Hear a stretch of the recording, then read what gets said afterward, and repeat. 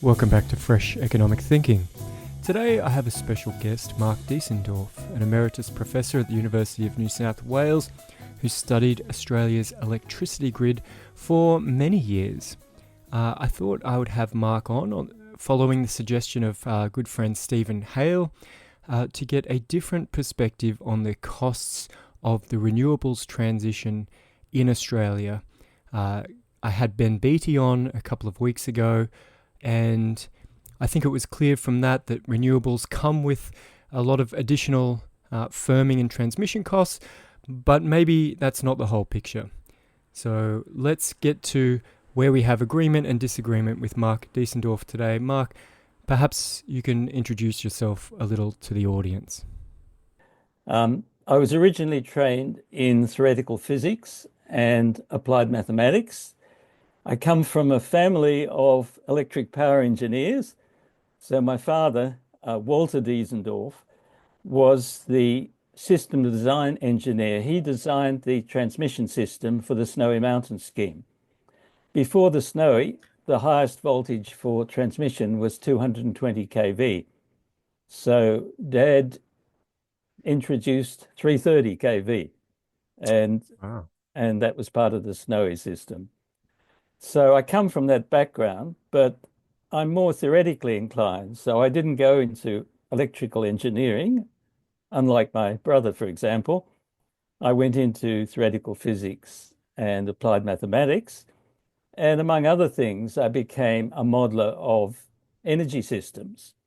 So in my young days in CSIRO, I brought together a small research group looking at the integration of wind power into electricity grids.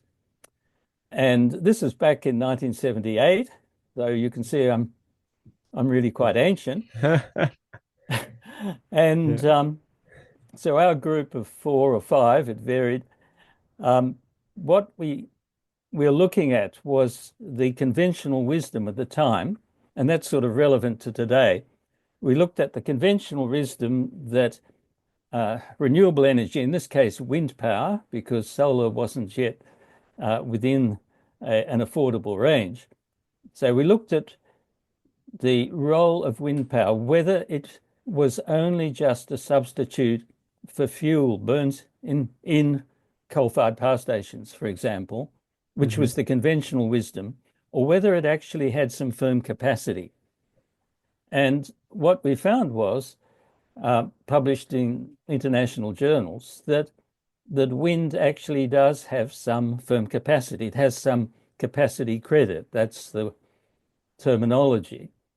So, for example, if you've got a 1,000 megawatts of wind, it's not going to be firm on its own to 1,000 megawatts. But if the penetration in the grid is low, it has a capacity credit equal to its average wind power, which might be 300 megawatts, for example. And then as the penetration of wind increases, the capacity credit sort of levels off eventually. Okay, so that was maybe before we keep going, I feel like that was a few technical terms in there: capacity, credit, and load. And the relevance, I guess, of getting clear about these concepts is because I suspect sometimes in the energy debate, there's a lot of talking past each other from each side. So you just said that can wind replace coal? And tell me if this interpretation is wrong. Your original thought was, well, if we had 1,000 megawatts of coal, we could add 1,000 megawatts of wind, but we couldn't then close down the coal because when the wind's not blowing, we'd still need up to that 1,000 megawatts. And so the wind would just replace some fuel while it's windy, but you would still need the whole capacity of the coal. Is that sort of a description of what you were saying? No, that's a description of what I was saying about the conventional wisdom. And what we showed is that for small penetrations of wind power into the grid, it has some firmness. If it won't substitute for the 1,000 megawatts of coal, but it will actually substitute for the capital cost of, say, 300 megawatts of wind. It's a statistical thing on Hmm. average.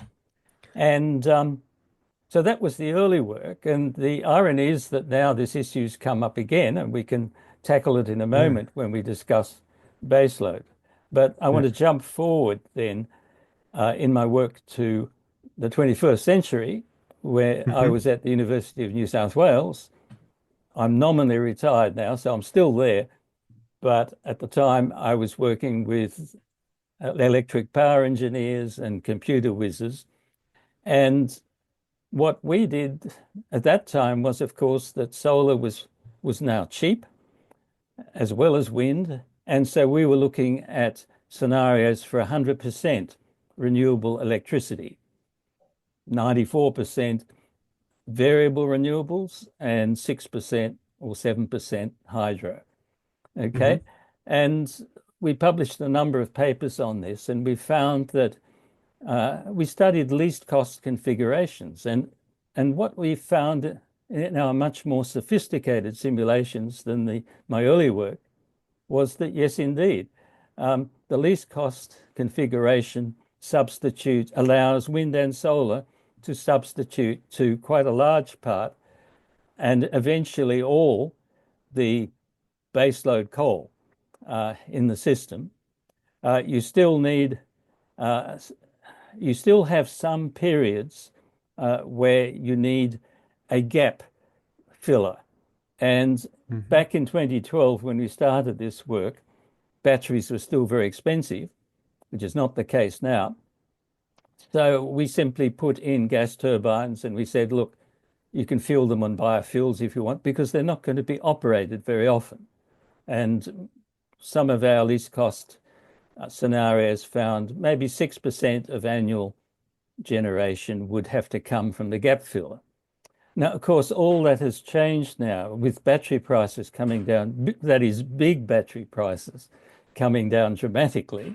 Alas, for those of us who uh, have electric vehicles or batteries with our solar home system, those smaller batteries have been slower to come down. So now the batteries coming back to the grid systems can substitute for most of that 6 or 7% that was filled previously with um, gas turbines, Hmm. whether those gas turbines were burning fossil gas or bioenergy, or if green hydrogen ever becomes much cheaper, they can burn hydrogen, of course, too. So Right. that was the sort of background work. And I've also been publishing in energy policy and so on. Yeah, so I guess that leads me to a lot of questions, but perhaps we should get into that base load Mhm. concept because I had Ben Beattie on here a couple of weeks ago, and his podcast is called the Baseload Podcast, and he told me baseload basically is a term to mean that the demand for electricity on the grid that is there 24 hours a day, and that's not going away. So tell me why I see you've written many times about this baseload myth. Are we talking past each other again, or is there Well, something else? yeah, good. I'm glad we're coming to grips and we won't talk past each other. Hmm. So um, we can talk about, and Ben talked about baseload demand, but I'd, it's much simpler to talk about baseload power stations. And we just simply define them as power stations that run continuously, except when they break down or have planned maintenance. They run continuously 24/7 at, at their rated power. So we're talking about coal, we're talking about um, nuclear, we're Hmm. talking about, in a few cases, although gas as a fuel is incredibly expensive, South Australia used to have a baseload gas-fired station because they had the local gas, but it is about to be retired and it hasn't operated as baseload for several years. So, and also in Tasmania, we have so much hydro that we could call hydro baseload hydro, but it's also peak load hydro. But if we can just look historically for a moment, because I suspect we're going to go back there. In the past, before variable renewables came into the systems, and I'm going to simplify, an electricity grid basically had two types of power stations, baseload and peak load. And the problem with baseload was that it wasn't flexible enough. It couldn't ramp fast enough to meet the peaks. And so we needed peak load stations, and they were either gas turbines, which are basically jet engines, or hydro, if there was hydro. And in Australia, that's how it was. Gas turbines and hydro were sufficiently flexible and are sufficiently flexible to meet the peaks, and coal ran. So that's back in the dark, polluting age. Yep. But as wind and solar have come onto the grid, they have been substituting for baseload. And in the early days, the conventional wisdom, so-called experts said, well, yes, you can get away with this if, let's say, 5% of your generation comes from variable renewables. Well, then what happened in practice was that we went past 5% to 20%. And it turned out we can operate these grids on 20%, and we still didn't need to put in batteries or any other, because the existing backup for the old system was still managing 20% variable renewables. And we're now at a position, well, we're actually at the position with about 40% of the NEM electricity coming from renewables at times. We're reaching the stage where we might need some extra storage and backup, and that's starting to go in. But what we found was, with the simulation modelling, and it's not just our group at the University of New South Wales, but Andrew Blaker's group at ANU and Manfred Lenson's group at Sydney University and David Osman's work. There's a whole bunch of work in Australia, and of course much more overseas, that shows that in fact the amount of storage we need has been overestimated by a long way. We don't need a vast amount of extra storage, even when we go to 90% variable renewables. We do need some extra storage, and we need some extra ways of handling the intermittency, as some people like to call it. I prefer to call it the variability of wind and solar. And so storage of various types is one way of handling it. So we've got batteries, new batteries which are on the market now, which can store not just for during the peaks, but overnight. So we've got the flow batteries coming in, and we have batteries which require materials that are less scarce than, say, lithium and so on. And they're coming onto the market now, but this is early days, say for sodium batteries. So in addition to the batteries, we have pumped hydro. And pumped hydro, as you know, has been the main storage within electricity grids for a long time.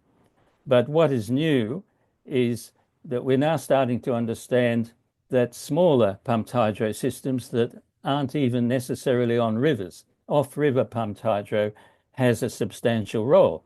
And we're seeing the Kidston plant being built in Queensland, which is a former mining site, which has, fortunately, two reservoirs at different elevations.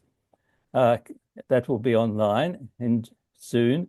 We've seen a Japanese pumped hydro system where the ocean is the bottom reservoir, and a storage at the top of the cliffs is another reservoir. We also find that the variability of wind and solar can be smoothed also over a larger grid. And so in Queensland, for example, the wind regime is quite different from the wind regime in southern Australia. And so there is a need for more wind farms in Queensland, and one of them is being built now, but there seems to be a bit of a slowdown from the present Queensland government in that regard. So, Yeah. so transmission can also play a role in smoothing variability, and so can demand management, where, for example, it's still, for some unaccountable reason, we still have states where hot water is heated in the middle of the night in order to keep the coal-fired power stations going. But water heating now is needed in the middle of the day when we have so much solar. So it's now over time that we change from off-peak water heating at Mm. night to off-peak water heating in daytime when the sun is shining. So that's an interesting one because that was sort of one of my questions. Let me bring together a few of the things you mentioned. So you said, well, when variable renewables are a small part of the total generation, dealing with that variation, uh, is fine because you're already dealing with variation in demand from the legacy system, which is predominantly baseload. So you still have to deal with some variation at the top anyway. So that's fine. And one of the ways historically we dealt with that variation was to actually try and increase demand at night with, for example, off peak tariffs. So then we'd have even less variation in the demand on the grid. So we'd need even less of these dispatchable gas power or using the variable Mhm. hydro to manage that. And it seems like what we've done is we've now gone completely the opposite way, and we don't want the demand. We're not trying to smooth out the demand on the grid so we can maximize the proportion of base load, which generates 100% of the time. We're actually going the opposite way, and we're adding both variability to demand, for example, through rooftop solar, which is behind the meter, and we're adding variability on supply or generation. And then to manage that interface, we require, as you mentioned, extra storage, whether that's pumped hydro, batteries, gas peaking plants, or those types of things, extra transmission to deal with geographic variation. Now, the big, pardon me, the big, I think, concern of people like Aidan Morrison or Ben Beattie is that when you add more variability, it necessarily requires duplication of capital investments, whether that's transmission lines, storage, peaking plants, where the utilization of those is extremely low because it's only there to deal with those short periods of variability. And hence, it's a very inefficient way to spend capital because you've got extra transmission, extra storage, and extra generation. Um, and you're almost doubling the generation capacity because sometimes half of it will be offline and you don't know when. So you've got to have this duplication of the system. And their argument is that, well, this adds excessive costs. Is that true, or is that partly true, or why is it not true? Is the cost of the duplication or the generation from renewables so much lower that it still wins? What's your view on that story? Well, I agree with bits of what you've said, Okay. but the basic assumption that, for example, shifting hot water heating to the middle of the day increases variability, it's just the opposite. It's filling a trough in demand during the daytime Yeah. So just can with, they let's and hold you that's up on no, that? no, no, no. Let me just finish the sentence Yeah. because it's very important. In the past, what off-peak hot water was trying to do was to fill a trough in demand at night. Hmm. But now we have wind, which often blows very strongly at night, and we also have short-term storage. And soon we'll have overnight storage as well, simply with batteries. So what we're doing is we're shifting that off, or I'm proposing, long overdue. Others have proposed it long before me, Hmm. that we shift that trough filling from the middle of the night to the daytime. And that's when we want, because that's when solar is at its best, obviously. So that the first assumption is I would argue that part introduces less variability. But I agree with the next Yeah. part of what you said, which is that when you've got a lot of renewables in the grid, you have more volatility in that um, clouds can cross uh, a solar farm, or Mm. wind can drop, but that volatility is not as great as one thinks, particularly if you think of the size, the extent of wind and solar farms. It takes it takes time for the shade to cross the solar farm. It can take hours for a change in wind to cross the span of a wind farm. So in fact, it's very predictable, not only from the Bureau of Meteorology, but also at the time. And the changes are not really spikes at all. They're quite smooth changes. So I would say that the volatility issue is a real issue, but it's manageable. It's been exaggerated by those who are pushing it, uh, and it doesn't add a lot to the costs. And in fact, the GenCost study of CSIRO takes into account all these things, and they make additional costs to the generational cost, the additional costs of storage, the additional transmission and distribution transmission requirements. They don't go into Mm. distribution, and the spillage, to some extent. Spillage will increase as the penetration of variable renewables increases. But what also is very likely is that intermittent demand will come in and purchase that spillage. Uh, not not all energy use has to be continuous. And if you're pumping water for water supply systems, if you're running various other plants that can be run intermittently, you can you they will actually be purchasing a large part in the long run of the spillage from um, excess wind or solar. So I guess I'm saying, yeah, there is a volatility issue, but it has been exaggerated. It's not a major problem. It's been costed. It's included in the costings that have been done by CSIRO, and we can live with it. Yeah, well, I think the disagreement. I'm not sure if you know of Aidan Morrison, who's now at the Centre for Independent Studies.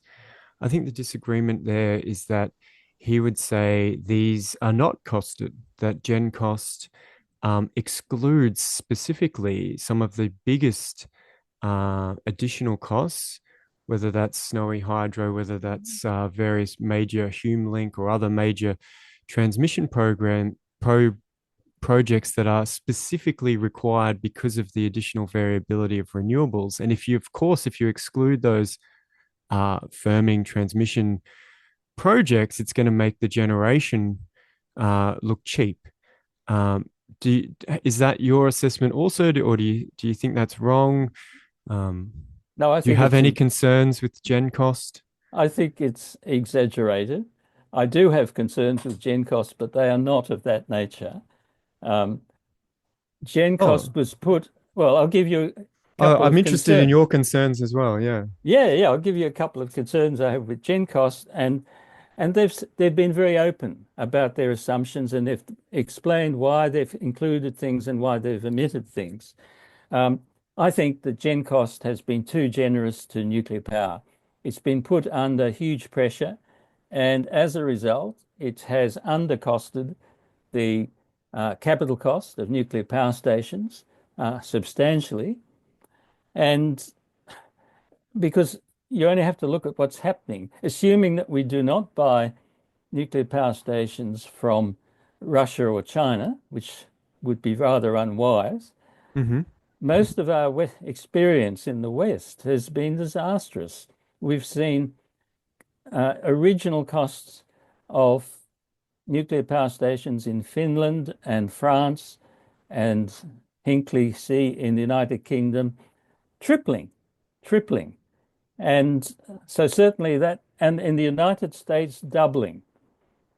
And so GenCost was aware of that, and they said, okay, so we'll choose South Korea which is a Hmm. place that has had at least continuous sales of nuclear power, more or less continuous sales of nuclear power station, which is a reasonable assumption.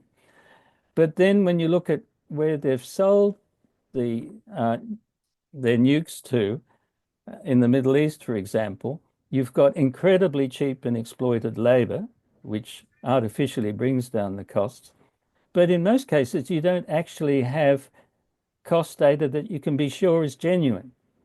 In the case of the UK, in the case of Finland, in the case of France, we know exactly what and in the US, all that data is upfront. It's not entirely clear. So I think that they have been generous on nuclear. And the other thing, if I might add, Mm. excuse me, I'm going to have to cough. The other thing that they acknowledge they've done, because it's difficult to actually work out what it's going to cost, is the backup for nuclear. So they've included the storage and transmission and spillage and backup for variable renewables, but they haven't included the backup for nuclear. And when you've got a nuclear reactor of 1,000 megawatts or 1,400 megawatts, that's the range that one can buy at present. Mm. If it goes down, the impact on the grid will be more than just a small spike. It will need backup, and its backup will need to be very substantial indeed. And that has not been included in GenCost. And I understand why they haven't included it, because it's we don't have a lot of data, we don't have a lot of experience. But we do know that when a nuclear power station has a forced outage, it is often out for weeks or months as well. So that's, and that coming back to baseload, that's another reservation I have about the term baseload. In theory, you have 24/7 continuous reactors at rated power. In practice, when they break down, um, they are not baseload at all, and they are quite unavailable. And we've seen that also with coal, of course, that with the Mm. older coal-fired stations in Australia, we've seen Callide in Queensland down for what, a year and a half? We've seen Loy Yang A, big problems there, going down, breaking down twice recently in recent years. We've seen many other of the older reactors going down, and yet uh, Ben Beattie, his his hypothesis, which he presents as a certainty, is Mm. that the alternative to renewables is to go back to the 20th century, go back to run these coal-fired stations for the next 20 years or so before nuclear can come on. And that's entirely unbelievable when you look at what's happening to these stations. With maybe two exceptions, they are really on their last legs.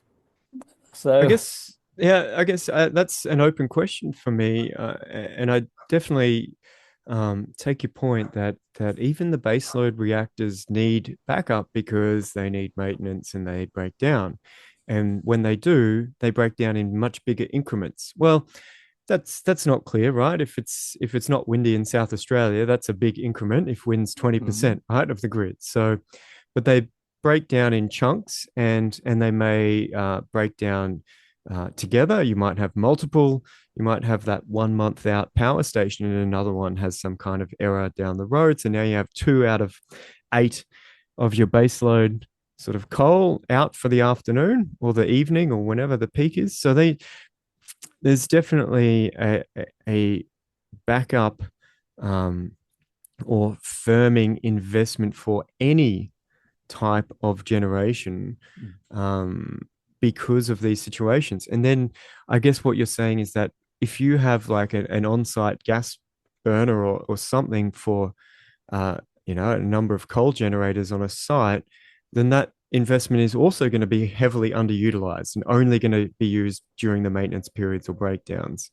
So you've got that again, a large capital investment in a gas powered plant that is rarely used. Is that No, no, a also the small case? capital, a small Small. investment. Let me explain why. Yeah. Okay. So, so our computer simulations, all the others in Australia and the international ones by the LUT University in Finland, by Jacobson in Stanford, they all show that most of the periods uh, of well, no, let me rephrase that. They show basically based on real data on wind and sun and electricity demand. In our case, up to 6 years hourly data, but some of the others have gone 9 years. I think GenCost went 9 years. And what they show is that there are a few rare events, and they are rare, which the Germans called Dunkelflaute, Mm. dark doldrums, when you had a period of overcast weather, maybe 5 days or 7 days, and low wind at the same time. And in Australia, I believe we can easily handle those Dunkelflaute by keeping a few gas turbines, large gas turbines in reserve. They're not operated most of the time, so their fuel cost is going to be very low, whether they're Mm. burning Oh, yeah. whether they're burning fossil gas or biofuels or whatever. And we certainly got enough potential to produce biofuels. And we just have a store that for 7 days or something. Gas turbines are cheap. A large gas turbine, $800 per kilowatt. I mean, it's cheap by electricity industry standards. So what we have for these Dunkelflaute periods, these rare periods, is an insurance policy with a low premium. The capital Hmm. costs are low and they hardly ever run. Well, if you work out, because they hardly ever run, they look expensive if you work out the cost in dollars per megawatt hour, but that doesn't matter because there are hardly any megawatt hours per year. And some years there'll be none. And so I that's the see. final gap filler. But yes, so yes, um, renewables need some storage or backup. It's really the same thing. I mean, a gas turbine with a store of fuel is storage. That's Mm. true.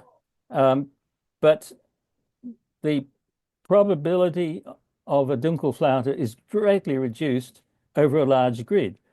And the, as you know, the Australian grid runs for 5,000 kilometres. It runs through different solar and wind regimes. It does need uh, the odd additional connection, and we're seeing a rather inadequate connection being built to join South Australia to New South Wales. But that should have been done long ago, before even renewables became an issue, because those connections make the whole system more stable. So, yeah, it's good that they're doing something. So Okay. I do not see. So I guess to sum up, Yeah. um, we don't need any baseload power stations anymore. Well, we temporarily are phasing them out. Coal is been declining. It was back in the past, it was 85, 90% of our generation. It's now 57%. Uh, Gas is declining dramatically because batteries are eating their lunch. The the the average rate of decline found by GenCost over the past 5 years is 11% per year. So Hmm. what is left at the end when we have 90% variable renewables plus 6 or 7% hydro is very little demand for gas turbines. And I see them as a reserve but they have to be reliable. I mean, when we had several years ago the storms blowing down the transmission lines in South Australia, there were gas turbines that were meant to restore the grid, uh, to do the Hmm. so-called black starts, and they weren't ready. They didn't come on. They didn't do their job. So clearly, there needs to be financial incentives to whoever owns the gas turbines to make sure that they are ready to come on the rare occasions when they're needed. Well, that is useful, Mark. I want to pick up on, go back a little to what you mentioned about nuclear and the baseload. And let me propose something to you that yeah, most countries have big cost blowouts on large projects like nuclear. But is it not also true that that is the case with major transmission lines and pumped hydro projects and many of those other large scale projects that are needed to firm up the grid for to deal with the variation of renewables as well? Um, I'm looking Well, here, Snowy is completely blowing out, a bunch of other transmission line projects as well.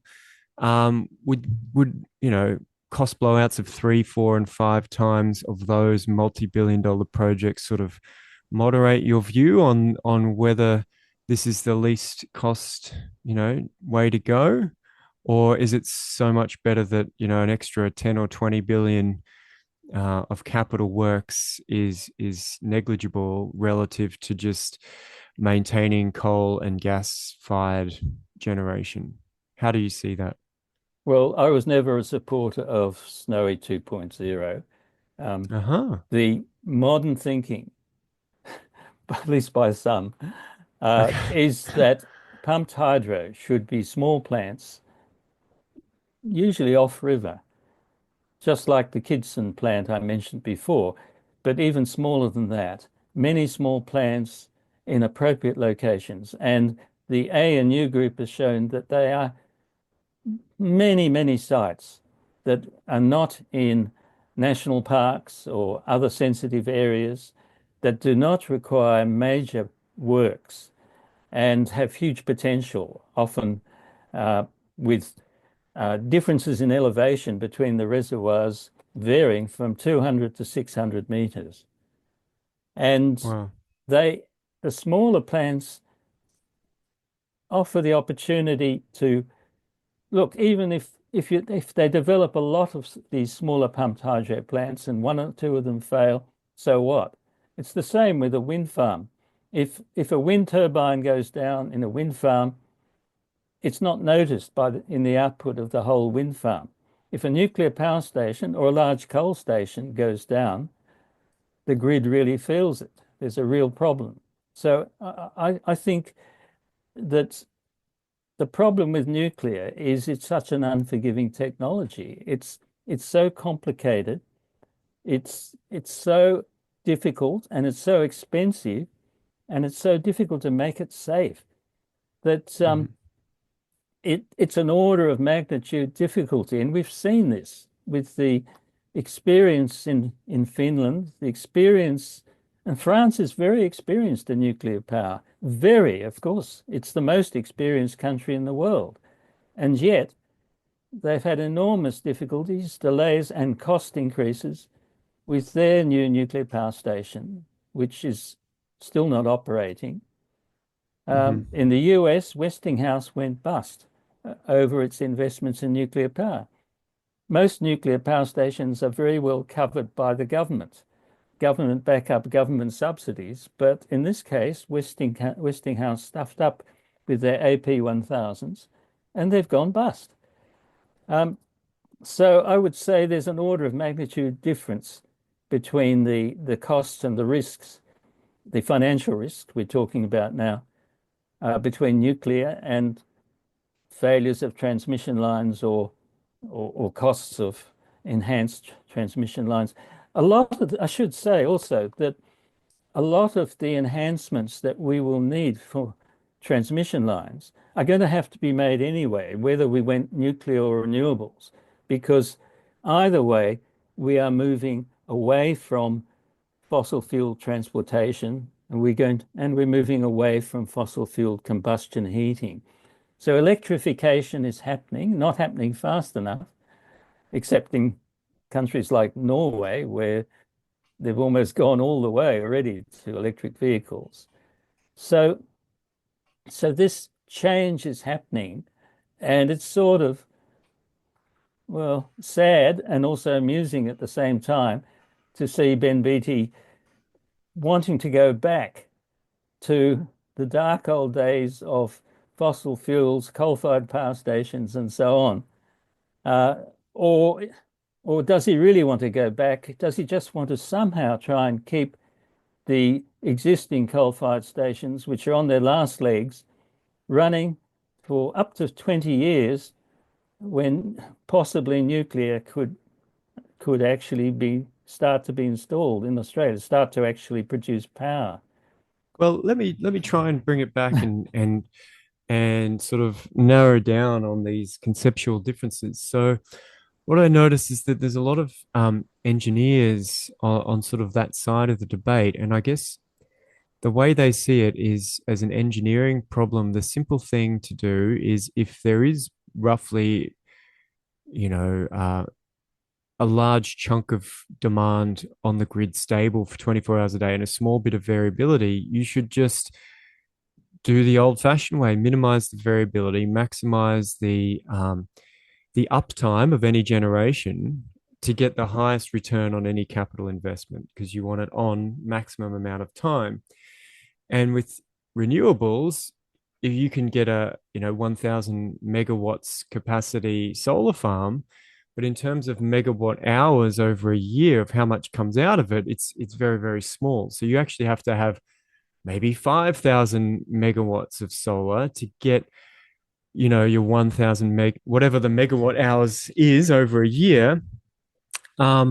And you also have to manage it that it's at the time then that people don't want it. So then you've got another cost of shifting it around. So that the engineer mindset is that why add, why increase the mismatch between the power people want and when and how it's generated and where it's generated? Why not minimize that mismatch by just putting baseload power, near urban centers and doing, as you said, this low cost firming to deal with breakdowns and things like as a high level conceptual problem.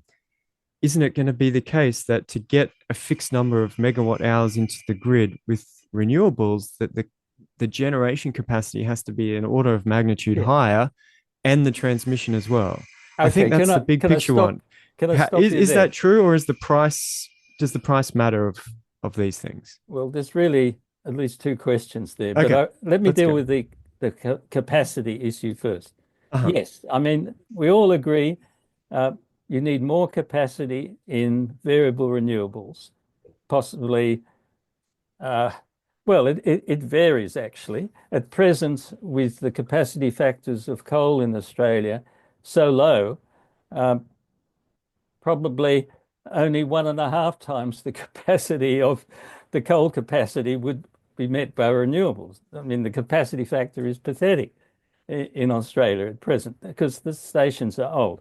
But even if it isn't, all that Hmm. is costed already. It's costed by the GenCost study. It doesn't matter from the economic point of view that you have a higher capacity of renewables than of uh, nuclear or coal. That's all taken into account. That's the first thing in the economics. Now, there's a separate question about transmission, and there's an issue there. But again, it's not a major issue. The issue is how do we make the best use of the transmission lines? And one way is to put a battery of appropriate size in so that instead of the transmission line having to meet huge peaks, it meets an average requirement. And that's actually happening in some places. At this stage, I think mainly with distribution. And distribution is really a separate issue from transmission. After all, it's the main costs of transporting electricity are actually in distribution, not in high voltage transmission. It's 1 or 2% of the costs from transmission, and maybe, I don't know, 7 or 8% for local distribution. So Hmm. that's another issue that isn't really being addressed. But the So other thing, yeah, no, there's one yeah, more keep point carry on. Yep. to try and answer your question. The other thing is that you seem to assume that the demand, we have to have supply to match the existing demand. But we're now in a Hmm. situation where we can modify demand. And I gave you an example by shifting uh, off-peak hot water heating from the nighttime to the daytime.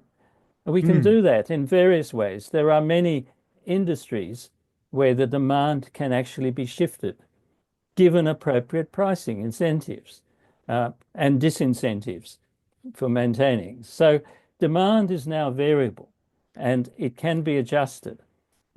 Demand is already being adjusted for rare occasions when a coal-fired station breaks down and we don't have the capacity uh, by giving incentives to aluminium smelters to go offline for a couple of hours.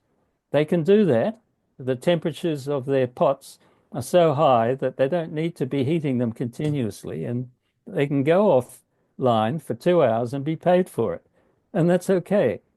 So I really don't see us having a major problem. There's no duplication, but there is some additional costs that have to be taken into account.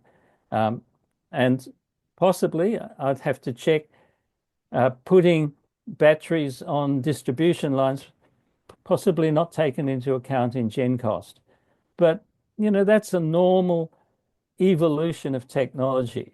I mean, the reality with distribution and really GenCost and even the frontier economics, they're not really focused on distribution, but here's an opportunity to say that it's very primitive. Australia's voltage is supposed to be 230 volts nowadays, and yet most most of the place around the country is still 240 volts. And that makes it harder to feed solar off the rooftop into the grid because it pushes up the voltage excessively uh, if you're starting at 240 volts. And and that whole distribution system is very primitive. If they have to adjust in some street the local box that determines the voltage, they have to send somebody out with a spanner and screwdrivers to adjust it. And and that's not the fault of renewable energy. I mean, they should have Mm. upgraded that system many years ago so that they can do it all online. And it has to be done. But that's a bit of a diversion because I think we're Mm. mainly focused on the large scale grid, but it's important. It adds to costs. And So, yeah, yeah. go on. Hmm. So I think you've raised a lot of points that you know, it's clear Ben sort of pushed to the side, and I'm sure he would argue the same, for example, of some of the uncosted projects in GenCost needed for renewables. So I think we're getting to some of the the details of where the disagreements lie. I wanted to propose to you a bit of a thought experiment. If you could go back in time to the 90s, and I want you to put aside any issue of climate for the moment and just say what would be the cheapest. Assume the rest of the world went on as it did. So solar prices did come down because of what was happening elsewhere. What would you propose would be the cheapest way to maintain the electricity grid if we were, you know, back in time 30 years? Would it just be add more coal, do it the old-fashioned way forever? Um, what would be the cheapest way to Well, run? with with hindsight, which is a most wonderful thing, Mm. Yeah. with hindsight, we know that the price of solar modules has dropped enormously and continues to fall. So with hindsight, we went on the right path. But the problem was 30 years ago, we didn't know that solar was going to become so much cheaper. Mm. So it's really a hypothetical that doesn't work for me. We didn't know. But with hindsight, solar is still getting cheaper. It's going to be still much cheaper in 10 years' time. And it doesn't matter if there's overcapacity. In fact, overcapacity and having spillage is an additional way of making the whole system more reliable. So, that doesn't worry me, and I don't think it works. We can't go back to the bad old days of baseload coal and peak load Well, I a bit of guess, gas turbine, I don't mind about that. But yeah, well, let me put it another way. China and India are still building lots of coal, new coal. So if it's why is it apparently cheaper and better for them to do rather than go full renewables? China is the world leader in building and selling wind. It is the world leader in building and selling solar PV. It is the world leader in building and selling and using solar hot water.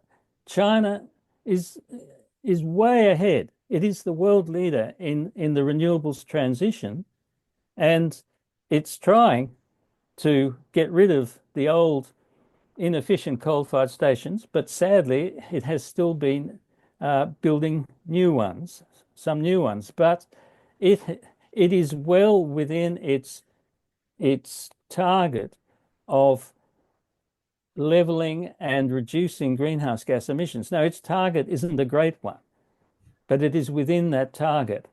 And within China, I've spent some time in China on a research project, and within Hmm. China, there are two forces. There are two political positions. Well, this is how it was when I was there.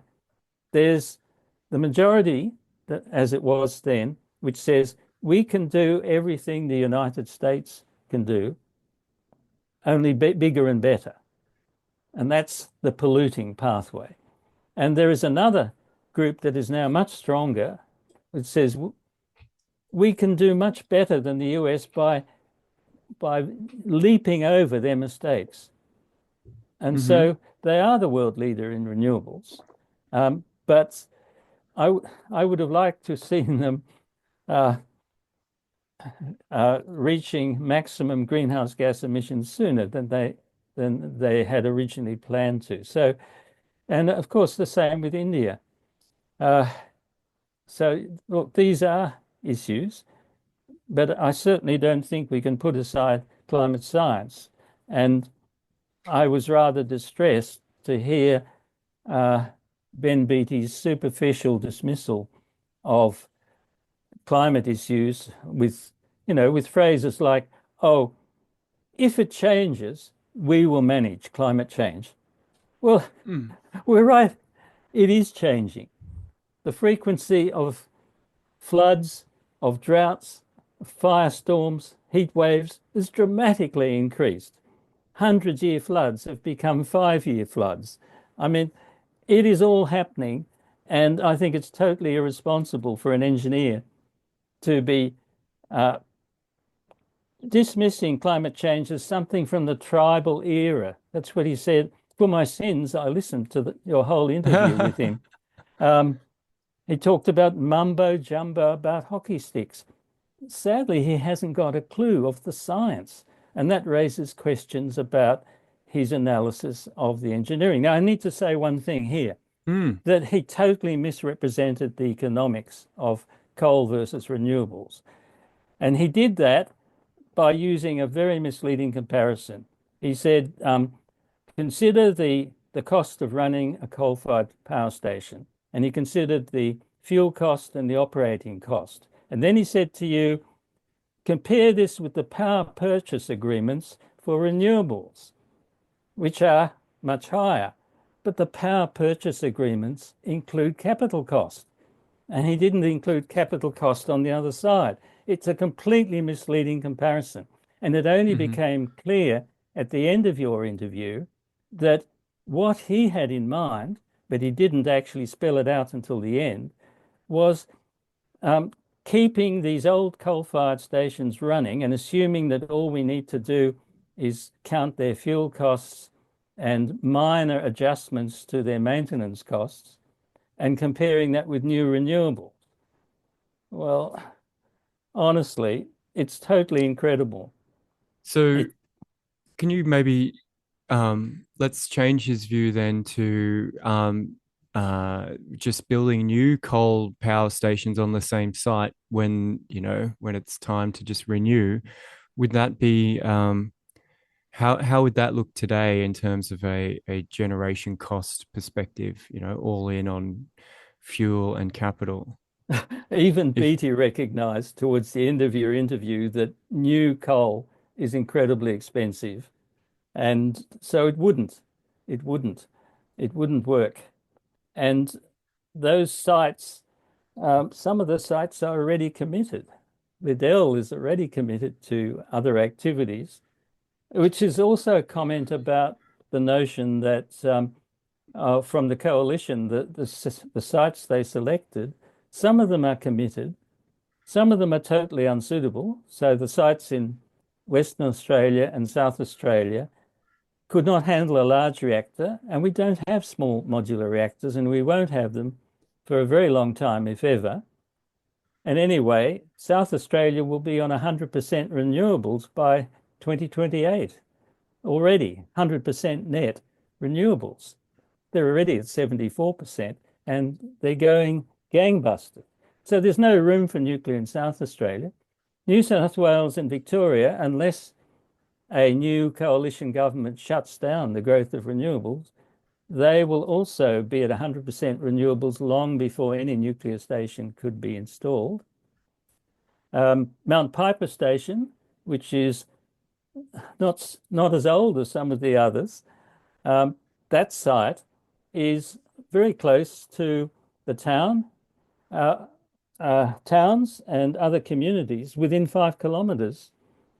And we now know from a study in Germany, uh, the so-called KIC study, which was done for the German government. It looked at cancers in the vicinity of all nuclear power stations in the whole country of Germany. Excuse me. mm, Cancers in young children. And there is a 100% increase in cancers for children who live within 5 kilometres.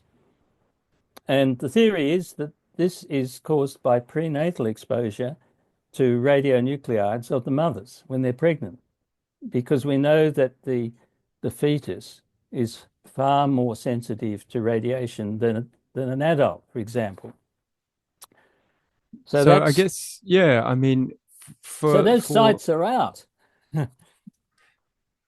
yeah, I mean, isn't it also going to be the case with wind and solar that we're going to become more limited in sites for things, and they'll become more contested and more marginal, uh, you know, as we continue to build out? I know there's lots of community protests these days against wind and solar projects. Is that not going to be another barrier that perhaps does similar things to nuclear of raising the cost and time for such projects?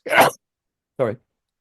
Um, Australia is a big country and we have a lot of farming land, and wind farms are entirely compatible with all forms of farming, whether it's sheep farming or cattle or you name it. So there really isn't an issue there. The one of the standard objections that I'm sure you and Ben wouldn't make um, to renewables is that they occupy lots of land. But in fact, the truth is that a large wind farm on agricultural land occupies typically 1 or 2% of that land, with the wind turbines and the access road and maybe the substation. And that's a detailed study from the US Department of Energy.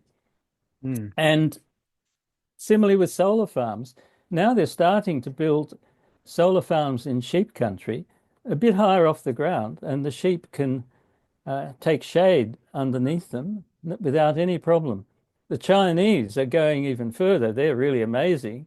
They build some of their new solar farms so high that they can harvest crops underneath them.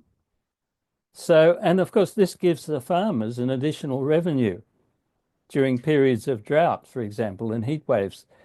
So it's starting to catch on in Australia, at least for the uh, it's known as agrivoltaics, combining agriculture with solar in this case. Yeah, I think I've always been on board that that's a sensible thing. I think that's because I'm a property person and I'm really Hmm. attuned to land use management issues. And I always had in mind that, solar's got to be mounted an extra meter on each pole might be a cost, but Yeah. really no extra installation costs, and you Mm, get that under that access to the soil and the mm. grass and whatever. No, that's clearly true. So let me turn from the details to a bigger picture concern that someone might have, and that might be that why is it that countries and places with lots of renewables don't seem to have the cheapest retail electricity prices? Like, Okay. why is it that, for example, Germany's going down this closed coal, closed nuclear to go renewables and is importing lots of power from France and having problems? What's your response at a sort of more macro scale view of, the ignoring, for example, why there might be costs to that? What's your response to that? Well, there's a lot to answer, but first, just the detail. Germany is a net exporter to France on a very big scale.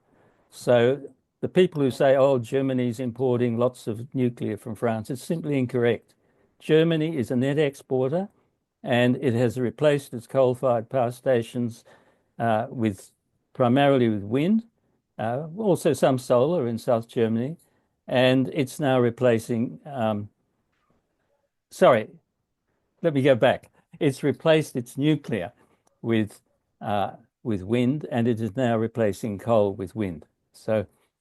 But the bigger picture you wanted, the cost of Mm, electricity. Yes, in the long term, renewables will make electricity cheaper and less variable prices in terms of depending on fossil fuel markets.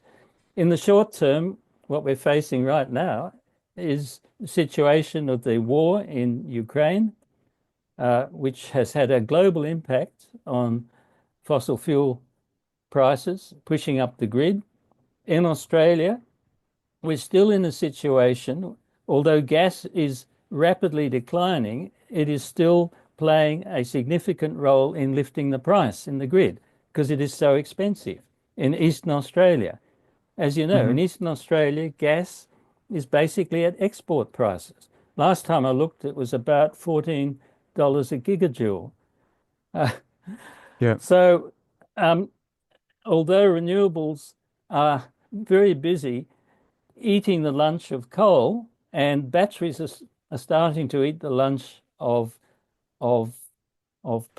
gas peakers, they haven't eaten enough yet, and so it's gas, particularly during the evening peak, which is pushing up the price. But there's no doubt in the long run, we will probably have no regular use of gas turbines except for Dunkelflaute, for those rare Mm, occasions. And batteries and other forms of storage will take over the peaks. Now, there is an issue there, and I have to confess, it's an issue of ownership because at present, in fact, well, let me start again. At present, electricity prices for most of the day are being pulled down by renewables. The problem is the evening peak, and mm, the problem is that the uh, gas is still pulling up the price at that time. Um, when batteries replace gas, they could still be a problem if they are all owned privately and not rigorously controlled by government, because they too can then hold people to ransom. But in yeah. the long run, I believe that stationary batteries in residential solar will be much, much cheaper than they are now. They already should be a small fraction of what they are priced at if we look at the costs decline in the big batteries, because those big batteries are just made up of lots of small batteries. hmm They're not physically really different at all. So lots of Yeah. small batteries are now very cheap. But if I go out and buy a battery for my solar system, well, actually I've got one already, but Mm, I'm still paying prices far above cost.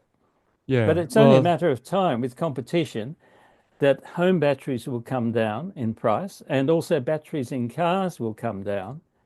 And then you have alternatives to the big battery people, the Yeah. privately owned big battery people who could also profiteer, just like the owners of um, gas peakers. So there So is a profiteering problem here as well.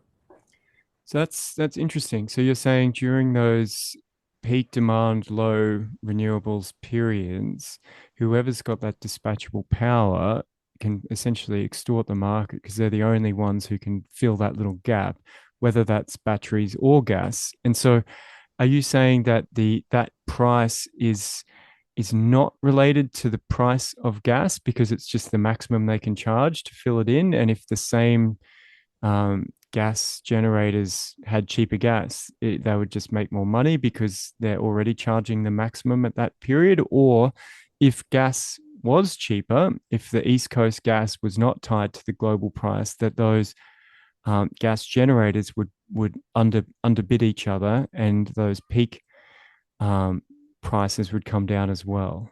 What's Gas, your view there? yeah, gas is expensive at present, and it may come down a bit in the future. That's certainly possible, but I think we were looking at a combination of high gas prices and exploitation, and I Mm-hmm. really think that, well, this is not a very popular view amongst economists, but I really Mm. think that the electricity industry is a public service, and it should be owned by government. And if it isn't owned by government, it should be controlled in a much tighter way. And even in the US, the privately owned part of the electricity industry is much more tightly controlled than in Australia. You only have to look at all the hearings that are held. Um, I mean, even if we followed the US, we would be doing much better and we would be bringing down the price. But nevertheless, in the long run, renewables will be running the grid. And and that's what's already happening. Probably the world leader is Denmark. I mean, Denmark used to have lots of baseload coal, Mm-hmm. the majority of its power. How much coal do they have now? 8%. And it'll all be gone in a few years' time by 2030.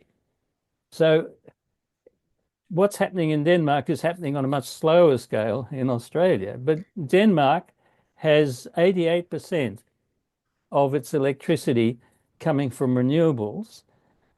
There is a component that's not variable. There is a Mm-hmm. bioenergy component from their agricultural residues, but the vast majority is wind and supplemented by a little bit of solar. And that's really the writing on the wall. It's already happening. Denmark is a very fine example of the removal of base load. They have one of the most reliable electricity systems in Europe. And then, if I can add, Yeah. um, some of the nuclear people will come up and say, oh, but they have the most expensive electricity in Europe.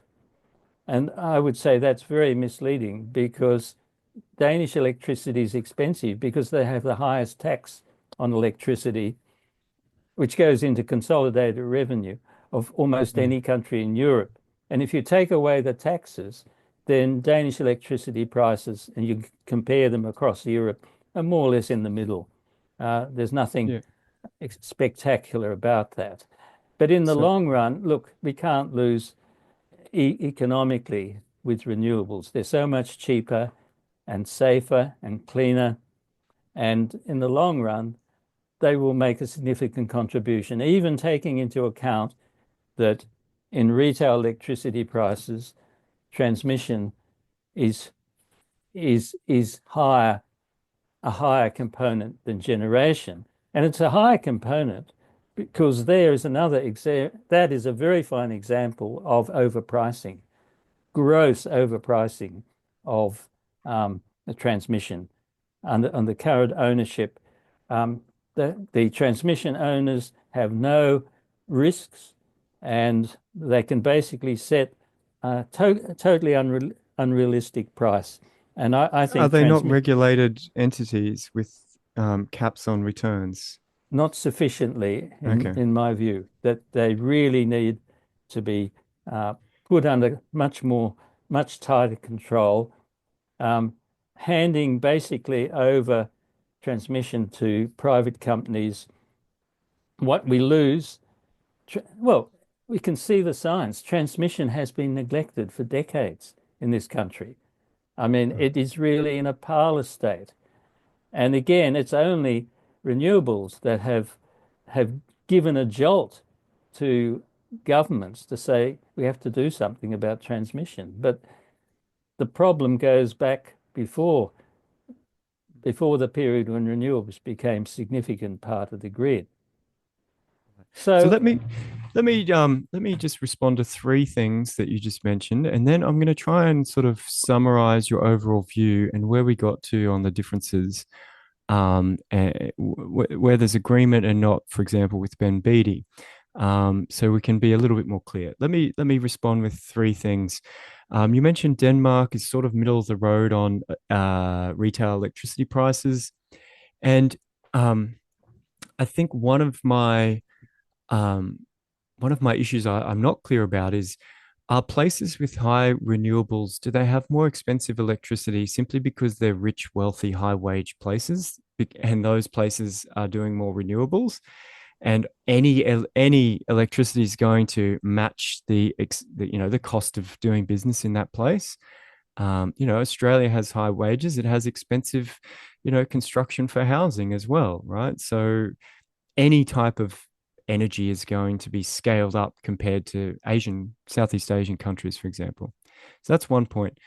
The second point, you are very like-minded with apparently Peter Dutton and the right wing of Australia on the fact that the government should own more of the electricity network. They seem to want to have a public nuclear power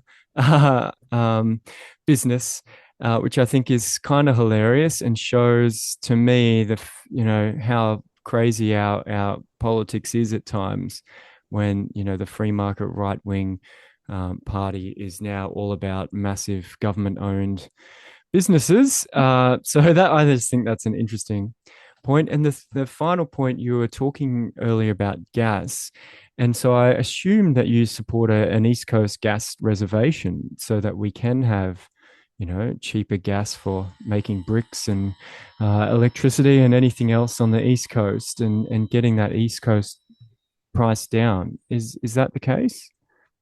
well, I hope I can remember all the No, questions. no, no. The Um, first two were just comments, really, well, on what you well, said. they need a comment in Okay, reply.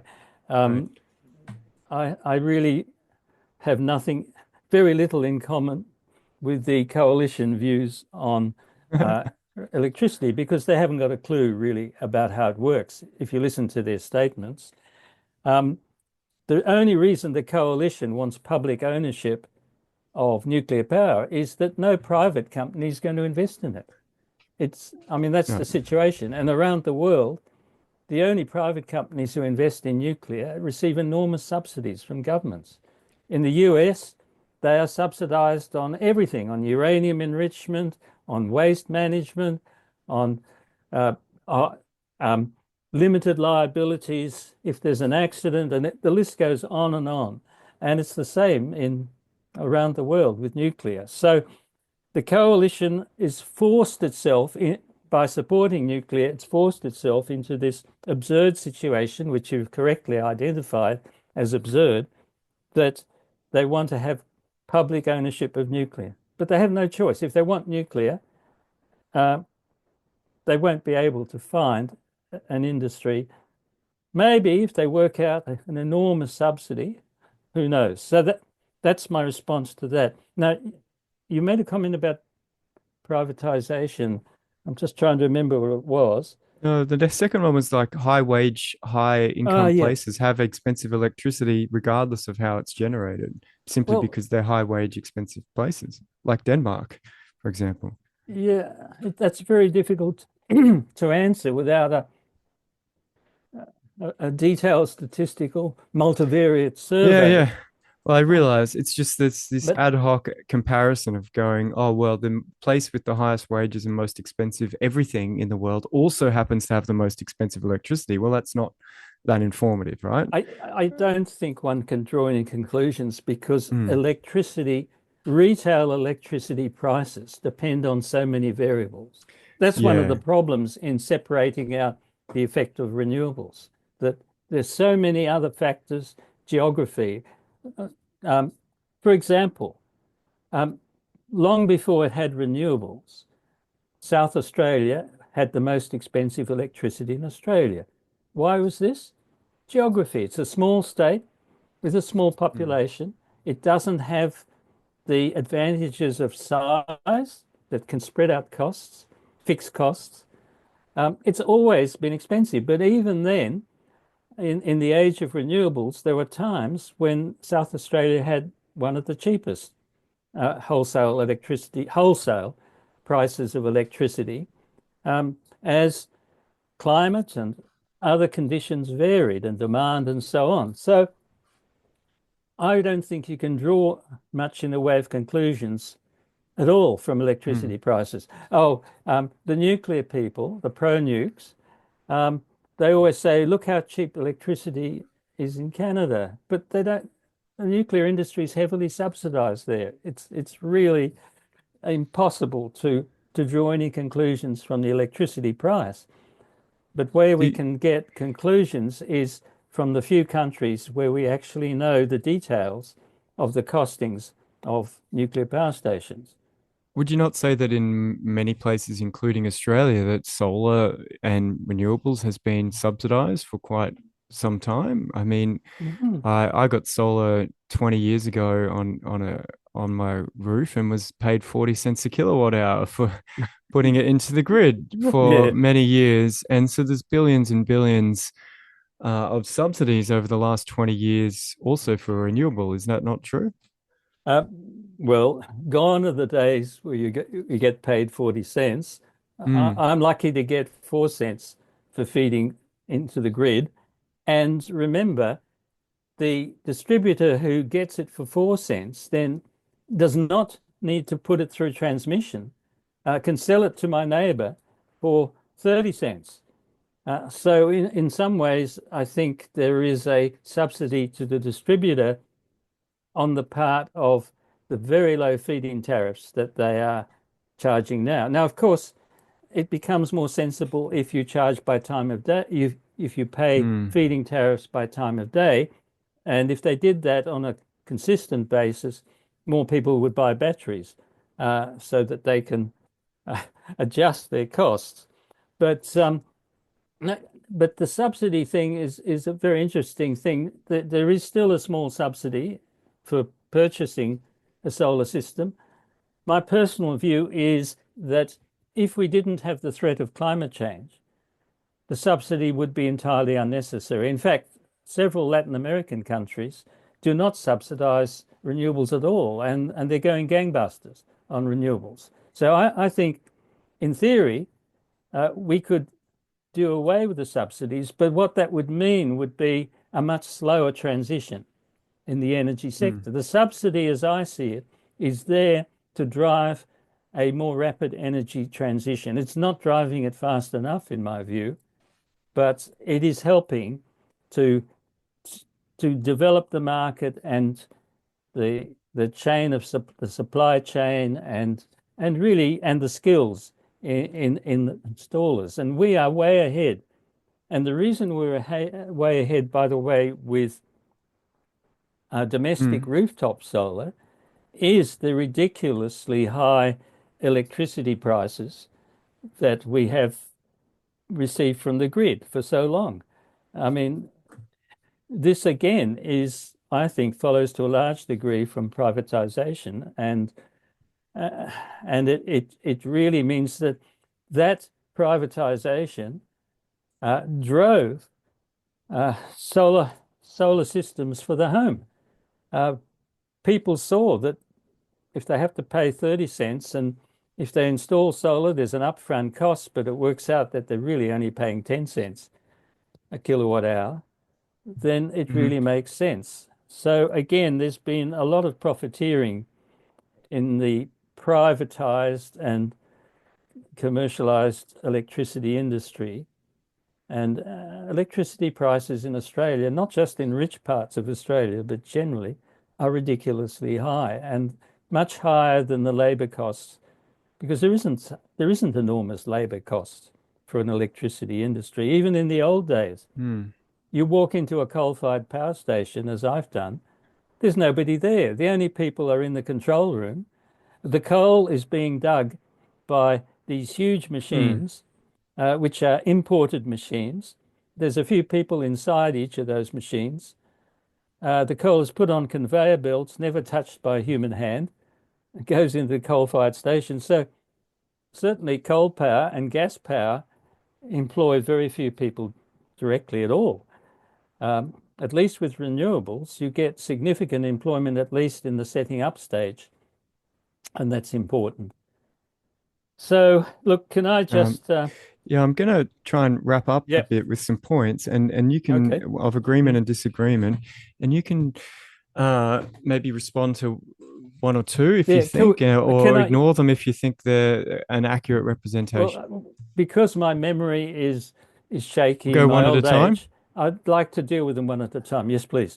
Okay, so I think one thing you've sort of made clear for me, Mark, is that any baseload generation of any form, coal, nuclear, large scale, boiling water and pumping out 1,000 megawatts, um, also needs some backup on site to deal with breakdowns things. And um, so, in terms of this concept of baseload that we started with, um, I think that is something a little bit new to me. And the other point you made that even new coal baseload to replace the aging fleet is not super cheap at the moment, and there's ongoing fuel costs involved, uh, up to some degree.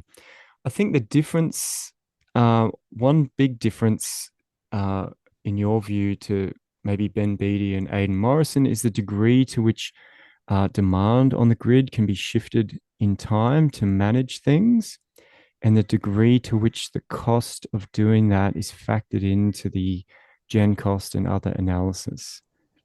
Would you say that's a pretty fair view Well, on? I think yeah, I think so. Um, but there are much bigger differences. There's Mhm. differences about misrepresenting the relative costs of coal and renewables. Well, I mean, that's what the There's, debate's about, right? there's, Because and they would argue that all these things are only necessary in the grid, a lot of transmission and household, changes or household batteries are only a product of renewables and hence need to be bundled into the cost of that. Would you agree with that take? well, you have to define your system. And if we're talking about the the national electricity market, the grid system, then you talk about what's in that system or what could be in that system. Mm, Um, I mean, there are lots of other issues that lie outside, and some of them are positive for the people you are quoting, and some of them are negative for the people you're quoting. Um, a major difference is I don't know about Aidan's views, but uh, mm. Ben's seems to be a climate science denier, which isn't really helpful. Our electricity industry now has a goal, which includes climate mitigation, thank goodness, long overdue, for good reason. And it is a bit puzzling to have to talk with presumably well-trained engineers who refuse to accept climate Well, science for a I start. think the argument would be that you can accept any of those points of view, but unless you compare to an alternative that doesn't transition from renewables, you can't understand what the actual cost is and hence weigh up the costs and benefits. Well, we haven't really had a huge opportunity to talk about nuclear, but I'm always happy to discuss its problems. And its problems, look, I can sum up in one sentence Oh, okay. as we're running out of time. Yeah. It is too expensive, it is too dangerous, it is too slow to build, and it is too inflexible in operation to be a good partner for wind and solar, which are going to dominate electricity grids around the world in the near future, and some of them are already doing that. So it's a massive twos, and Well, yeah. So all I think those can be expanded. the difference there is I think they would say, yeah, so let's stop doing any more renewables because we don't want it to be a partner to renewables. We want it to predominantly generate most of the power and let renewables deal with a little variation on top. I think that would be the difference there on that third point you made about being incompatible with renewables. They would say, Yes, yeah. yeah, that's fine. Don't do any more renewables. Don't you think? Okay. Yeah, yeah, but you have to take all the points. Too Hmm. dangerous, too expensive, and too slow. So let's find some agreement. I think everyone thinks gas should be reserved on the East Coast for local use, including power. So I feel like that's apolitical, a climate. I don't know. Do you know anyone who disagrees with that who doesn't own shares in sort Quite of certain honestly, gas producers? I've never thought about gas reservations. I have thought about oil, and Hmm. we are in a very dangerous situation until we have a predominantly electric vehicle fleet. We have what, 4 weeks of oil in this country. We have a phony sort of reservation in the United States that is probably inaccessible in the case of emergencies. Hmm. So while we are still, to a large degree, dependent on oil for transportation, um, we do need a reservation of oil in Australia. But in terms of gas, the use of gas is declining in the electricity industry, and with the new policies in Victoria, it's going to decline quite rapidly in terms of combustion heating as well. So I'm not sure whether we Okay. need a gas reservation or not. I'd like to reserve my Okay. comment on No, the that reservation. they were interesting points, especially if we become less dependent on gas for energy. For fewer periods, then it becomes less important. So that point's well taken. I think the other um, big part is a disagreement about the transmission, firming, battery costs, the potential for exploitation during variability from those dispatchable, whether it's a battery or a gas provider, and the sheer amount of, as we agree, there's duplication of generation if it's variable, um, for to accommodate renewables in the sector, which is not the way the old fashioned baseload system was set up. Now, I think the disagreement there is that Aidan and Ben would say large things like snowy hydro, the copper string, the Hume link, lots of these projects are just excluded from GenCost, but are only being built to accommodate renewables and hence need to be included in the cost of the energy from renewables. And these costs are blowing out, much like every nuclear plant in the world is double, triple, quadruple the price. So are these large transmission costs, and the costs of home batteries and home solar is essentially subtracted or ignored in GenCost, including payments to shift demand. That's sort of just assumed to happen automatically and costlessly. Do you think that's right, or do you think even if you know, could um, notch up the numbers to what these worst case scenarios that Aidan and Ben might say, you're probably still, compared to building new coal power stations, you're probably still ahead. Okay. What's I disagree strongly about the notion that we're talking about duplication. Duplication is grossly misleading. Having a higher capacity of renewables uh, to generate the same megawatt hours is not duplication. And it's all mm-hmm, covered in the costings, at least from the point of view of generation costings. It's all mm-hmm, covered. And we can argue about whether that makes a significant difference to transmission costs. Um, in terms of transmission, um, the new transmission lines and so on, you're talking about mm, nuclear. If it is ever introduced in this country, will need major transmission as well. You're talking about units of 1,000 megawatts plus.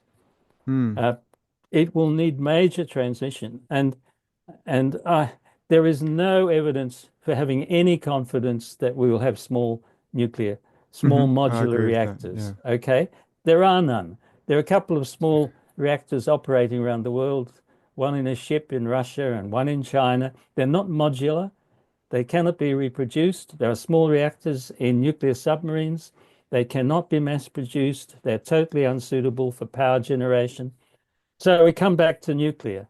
It would Mm. need very large transmission augmentation, especially because the sightings chosen by the coalition government uh, are either spoken for or totally unsuitable.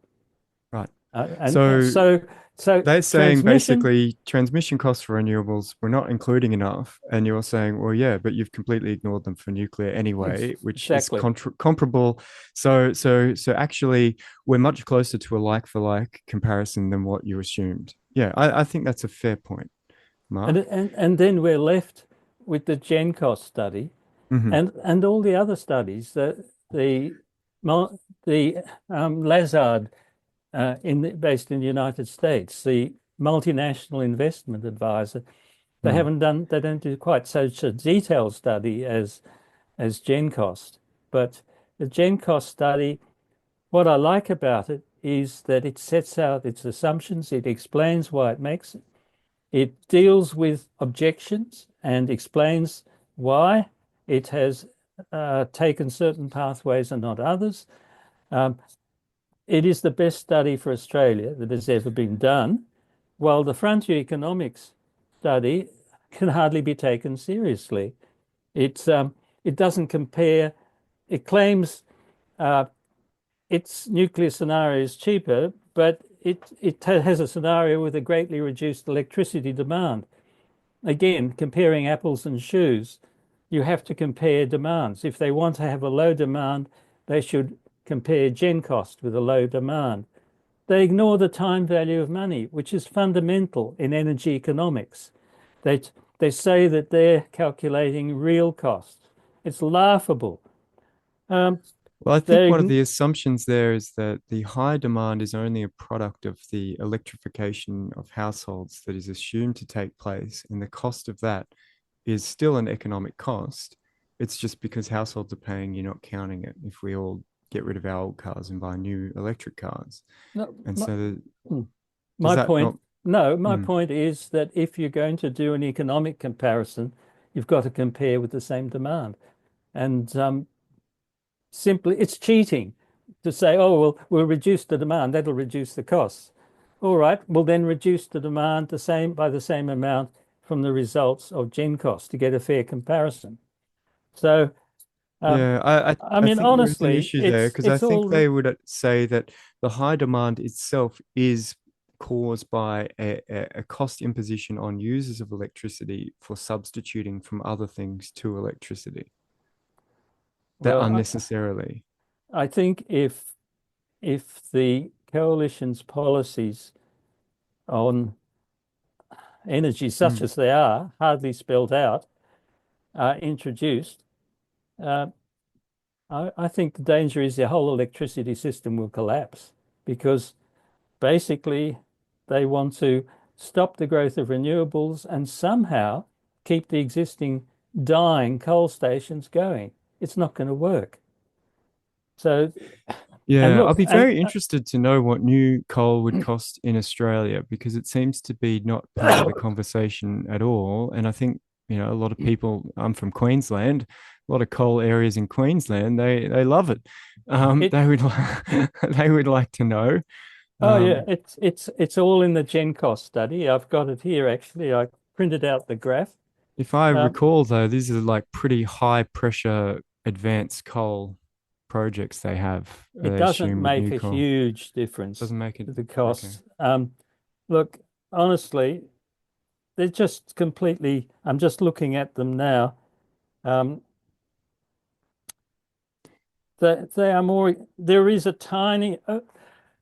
Sorry, excuse me. Bless you.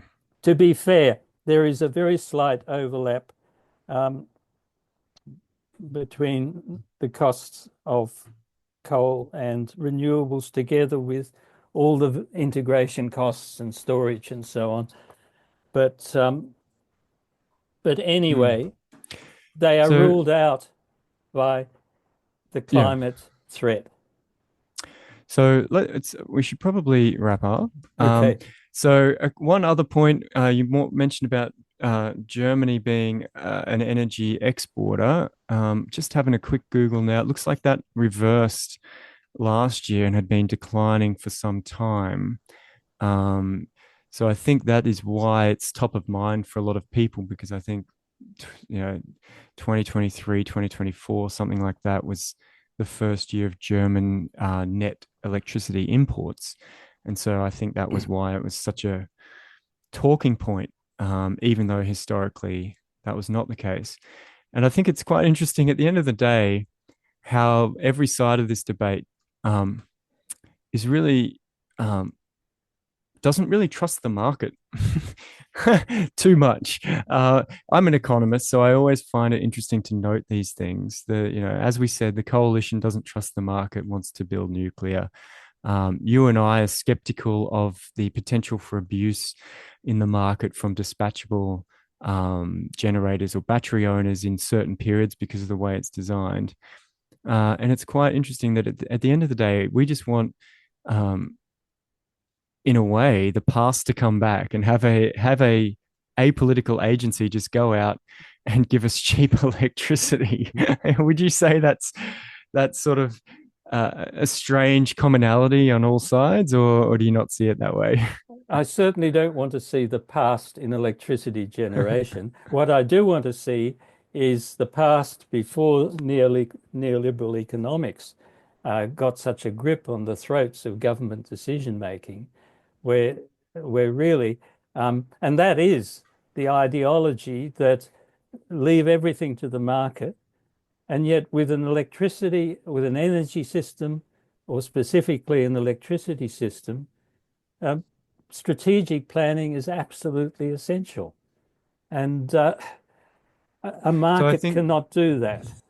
So I would certainly like to see neoliberalism uh, deleted from our, our whole economic system.